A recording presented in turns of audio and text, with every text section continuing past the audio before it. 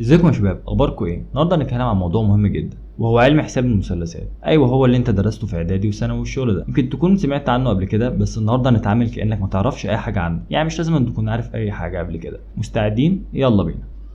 اول حاجه، يعني ايه علم حساب المثلثات؟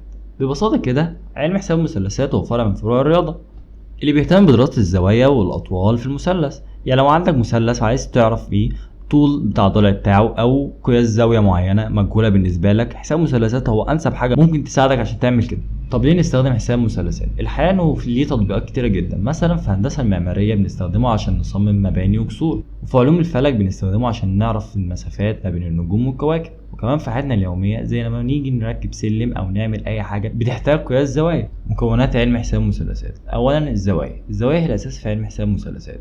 في كل مثلث فيه 3 زوايا، ومجموع زوايا المثلث بيكون 180 درجة. تاني حاجة الأضلاع هي الخطوط اللي بتوصل بين رؤوس المثلث. في كل مثلث فيه 3 أضلاع. تالت حاجة الدوال المثلثية، وهي عبارة عن علاقة رياضية بتربط بين الزوايا والأضلاع في المثلث. أشهر الدوال الجيب وهو الساين، وجيب التمام وهو كوزاين، والظل هو التان. طب خلينا ندي مثال بسيط عشان نفهم اكتر. لو عندك مثلث قائم الزاويه، يعني في زاويه قائمه بتساوي 90 درجه، نقدر نستخدم الدوال المثلثيه عشان نعرف نحل مسائل كتير. الموقع الفلكي الأهرامات المصرية غير إنها طبعا معجزات معمارية، فيها أسرار فلكية بتهبل ومش أي حد برضه يقدر يعملها. تعالوا طبعا نتسلى شوية ونعرف إزاي الفراعنة قدروا يعملوا كل ده باستخدام النجوم. معانا رقم 1، اتجاه الأهرامات. الفراعنة ما كانوش بياخدوا قراراتهم بالعشوائية. تخيل إنهم بنوا الأهرامات بدقة رهيبة عشان بس تتوجه ناحية الجهات الأربعة الأساسية: الشمال، جنوب، الشرق، الغرب. ودي مش صدفة، دول كانوا عارفين بيعملوا إيه. حتى إنهم كان ممكن يضيعوا ساعات بالليل يبصوا في السماء عشان يظبطوا الاتجاهات. يعني من الاخر اهرامات معموله بمسطره ومنقله ونجوم. طبعا معانا رقم 2، نجم الشمال او نجم القطب. تعالوا بقى طبعا نتكلم عن النجم الشمال دول. الفراعنه زمان كانوا بيستخدموا نجم اسمه الثعبان او ثوبان في كوكبه التنين عشان يحددوا الاتجاهات. تخيل كده الفراعنه قاعدين بيبصوا في السماء وبيقولوا لبعض: يا جماعه، حد شاف التعبان؟ احنا كده شمالنا صح. دلوقتي النجم القطبي هو اللي بيعمل الدور ده. معانا رقم 3، مجموعه الجبار. هرم خوفو بيقال انه متوافق مع نجم حزام مجموعة الجبار او اوريون. ليه؟ لان المصريين القدماء كانوا بيعتقدوا ان الفرعون بعد ما يموت بيروح عند الاله اوزوريس في السماء، ونجوم الجبار مرتبطة بالاله ده. يعني هرم خوفو كان تذكرة VIP للسماء. معانا رقم 4، شروق وغروب الشمس. تخيل الفراعنة بيبنوا الاهرامات بحيث انها تستقبل اشعة الشمس في اوقات معينه من السنه، زي يوم انقلاب الشمس الصيفي والشتوي. والفراعنه كانوا بيعتبروا الشمس زي فلاش بيصوروا بيها ايامهم المهمه. الشمس كانت بتمثل الاله رع، واشعتها كانت زي باسبورت للدخول لعالم الالهه. معانا رقم 5، الأهرامات كأداة لتحديد الزمن. الأهرامات مش بس كانت مقابر، لكن كمان كانت ساعات كبيرة جدا كانوا بيستخدموها عشان يعرفوا مواسم الزراعة والحصاد. كمان في الاحتفالات الدينية، يعني كانوا بيشوفوا السماء ويقولوا: امتى هنزرع القمح؟ طب ايه رأيك نحتفل بالمولد النهاردة؟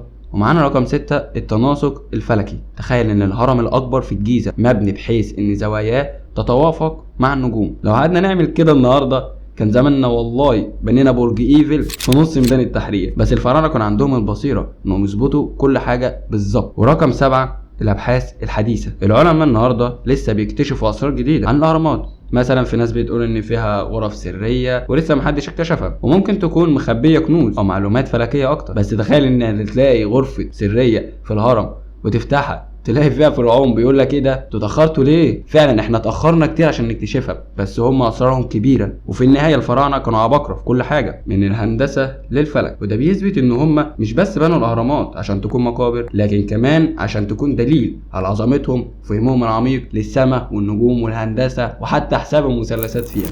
يعني ايه الارتفاع والظل؟ خلينا نبدأ بالأساسيات. الارتفاع هو المسافة العمودية بين نقطة معينة على سطح الأرض وأي نقطة أعلى منها. الظل بيبقى هو المسافة اللي بيغطيها جسم لما يواجه الضوء. يعني لو عندك عمود نور والشمس مشرقة عليه، العمود هو اللي هيسبق الظل. ثانيا، ازاي نحسب ارتفاع الظل؟ في طريقة بسيطة نقدر نستعملها عشان نقدر نعرف ارتفاع الظل. ان الجسم لو عرفت طول ظله وزاوية الشمس عليه، ده بيتعامل باستخدام علم المثلثات. ولو جبت المسافة بين قاعدة الجسم ونهاية الظل وزاوية سقوط الضوء، تقدر تحسب الارتفاع باستخدام قوانين الظل في المثلث زي قانون فيثاغورس. اللي هو القانون بتاعه جذر الضلع الأول تربيع زائد الضلع التاني تربيع بيساوي اللي هو الوتر. ثالثا المثلث الذهبي. المثلث ده مشهور جدا في العمارة والفن وبيستخدموه في تصميمات كتير، ليه خصائص خاصة بتخليه يكون جميل ومتوازن. المثلث الذهبي دوت بيبقى فيه ضلعين متساويين والزاوية بينهم 36 درجة. ازاي نربط ده بالحياة اليومية؟ ممكن تستخدم معرفتك دي في حاجات كتير، مثلا لو عايز تعرف ارتفاع شجرة أو عمارة من غير ما تتسلق أي حاجة زي كده، أو حتى في تصميم بيتك الجديد ممكن تستخدم المثلث الذهبي عشان يكون عندك تصميم جذاب ومتوازن.